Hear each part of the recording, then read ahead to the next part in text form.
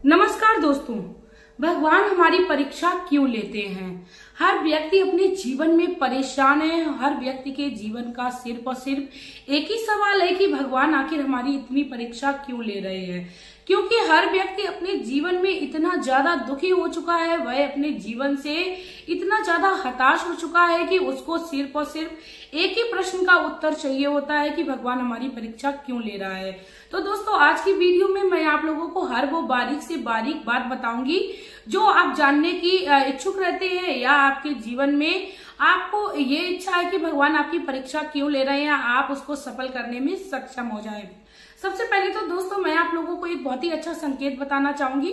यदि आप लोगों को वीडियो देखते देखते आपकी आंख में आंसू आ जाए और आपके आसपास किसी होने का आपको किसी के होने का भाव आने लगे, तो आप समझ जाना कि आपकी भगवान परीक्षा ले रहे हैं। ये बहुत ही उत्तम संकेत है। इसके साथ ही दोस्तों, वीडियो को शुरू करने से पहले मैं मेरे आराध्य श्री लक्ष्मी नारायण को मैं कोटि कोटि प्रणाम करती हूँ। मैं उनको कोटि कोटि नमस्कार करती हूँ। जब कोई विद्यार्थी लगातार 1 वर्ष तक इस विद्यालय में जाता है, उसके बाद ही अध्यापक उसकी परीक्षा लेता है। अध्यापक समझ जाता है कि अब हमारा विद्यार्थी जो है वह परीक्षा देने में सक्षम है। ठीक उसी प्रकार भगवान हमारी परीक्षा लेते हैं, और परीक्षा में आने वाली कितनी बड़ी बड़ी बाधाएं होती हैं, कौन कौन से कार्य होते हैं, कौन कौन से ऐसी क्रियाएं होती हैं जो परीक्षा के दौरान होती हैं, उन सब की मैं बात करूंगी। दोस्तों, परीक्षा तो भगवान श्री राम की भी हुई। उनको 14 वर्ष का वनवास मिला, उसके बाद उनको राजा के रूप में चुना गया। ठीक उसी प्रकार मनुष्य का तन है कि हर व्यक्ति के जीवन में परीक्षा का होना निश्चय है। जिसको भगवान ने चुना है उसके जीवन में परीक्षा होना अनिवार्य है। तो हर व्यक्ति को तैयार रहना चाहिए परीक्षा देने के लिए। सबसे पहली बात तो दोस्तों ये रही। इसके साथ ही दोस्तों, मैं आप लोगों को वीडियो में आगे बढ़ने से पहले एक और रिक्वेस्ट करना चाहूंगी। यदि आप लोग मेरे चैनल पर नए हो तो प्लीज आप लोग मेरे चैनल को सब्सक्राइब करके बेल आइकन को भी प्रेस कर लीजिए, जिससे मेरे द्वारा आई हुई जितनी भी नोटिफिकेशन है वह आप लोगों तक पहले से पहले पहुंचे। और कमेंट बॉक्स में जय श्री लक्ष्मी नारायण का प्यारा सा कमेंट कर दीजिए।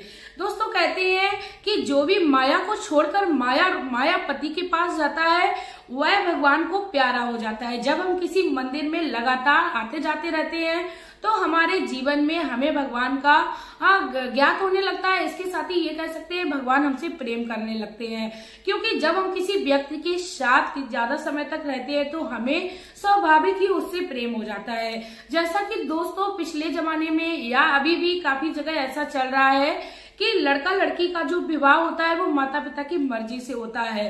ठीक उसी प्रकार रहते रहते साथ में पति पत्नी एक दूसरे से बहुत ज्यादा प्रेम करने लगते हैं।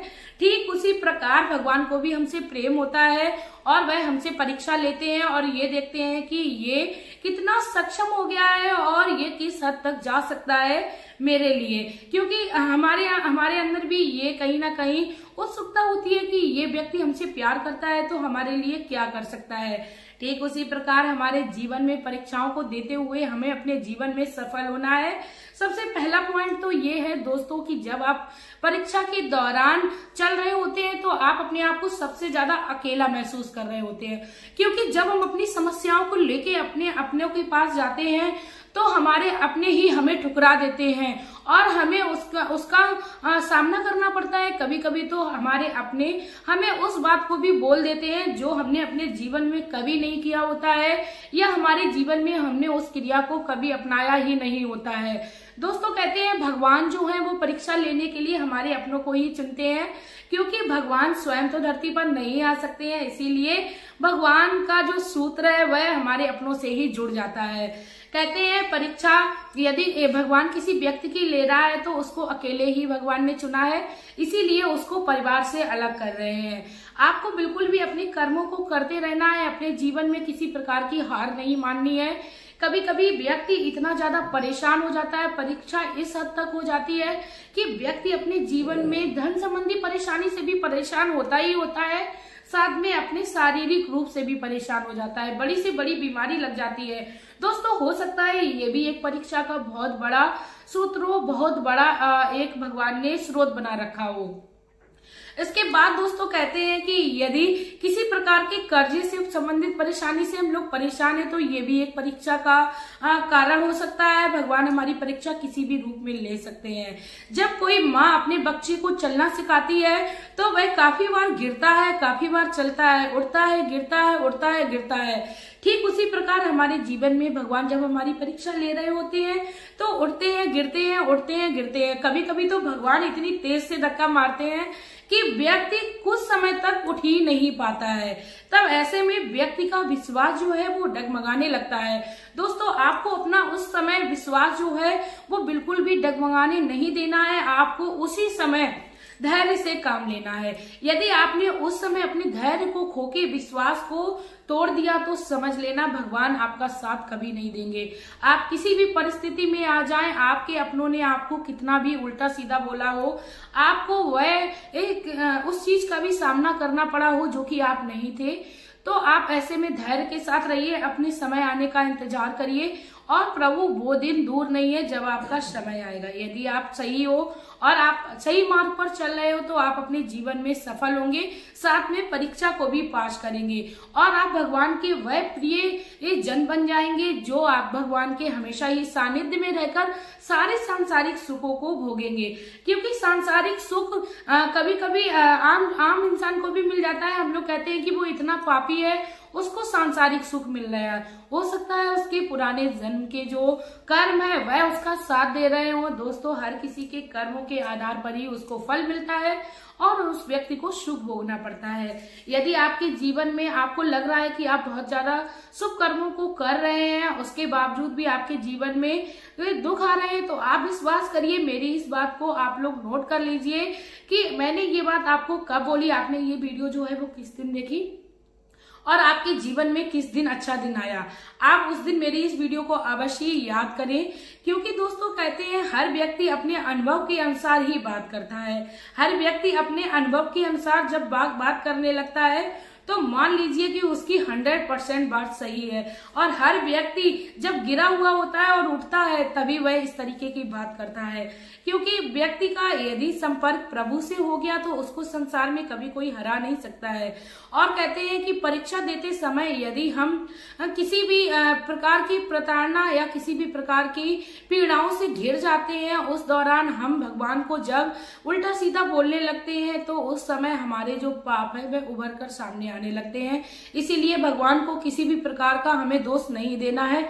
हमें अपने कर्मों को दोष देते हुए भगवान के सामने स्वीकार करना है कि प्रभु मैं पापी हूँ और मैं अब इस परीक्षा देने में सक्षम नहीं हूँ। आप मुझे अपना समझकर मेरी सारी परीक्षाओं को अब बंद करिए। क्योंकि कहते हैं भगवान के सामने यदि हम अपना समर्पण कर देते हैं तो भगवान उस भावना को हमारे अंदर कहीं ना कहीं अवश्य जागृत करते हैं। कहते हैं भगवान हमें अवश्य गले से लगाते हैं।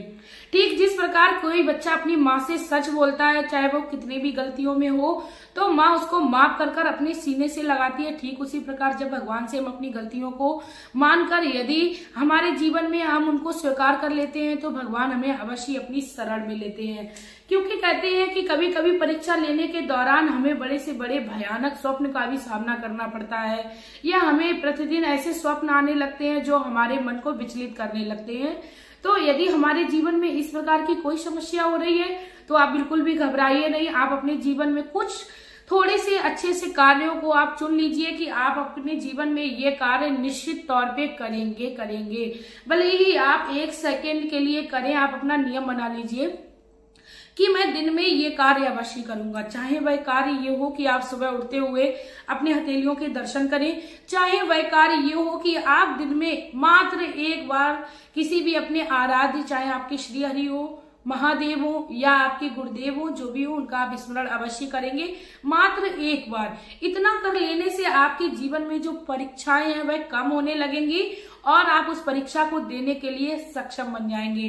दोस्तों, यदि आप लोगों को मेरे द्वारा बताई हुई जानकारी अच्छी लगी हो और आपको लगा हो कि सच में मैंने जो भी बात बोली है कि व्यक्ति परीक्षा के दौरान इतना ज्यादा हताश हो जाता है, तो आप लोग मेरे इस वीडियो को ज्यादा से ज्यादा शेयर करिए और हर व्यक्ति को संतुष्ट करिए। क्योंकि मेरा वीडियो बनाने का सिर्फ और सिर्फ एक ही उद्देश्य है, मेरा खुद का अनुभव है। तो मैं आप लोगों से कहना चाहूंगी कि यदि आप लोगों को लाभ मिल रहा है तो मैं अपने आप को बहुत ही ज्यादा भाग्यवान समझूंगी। आपका प्यार और कीमती समय देने के लिए धन्यवाद।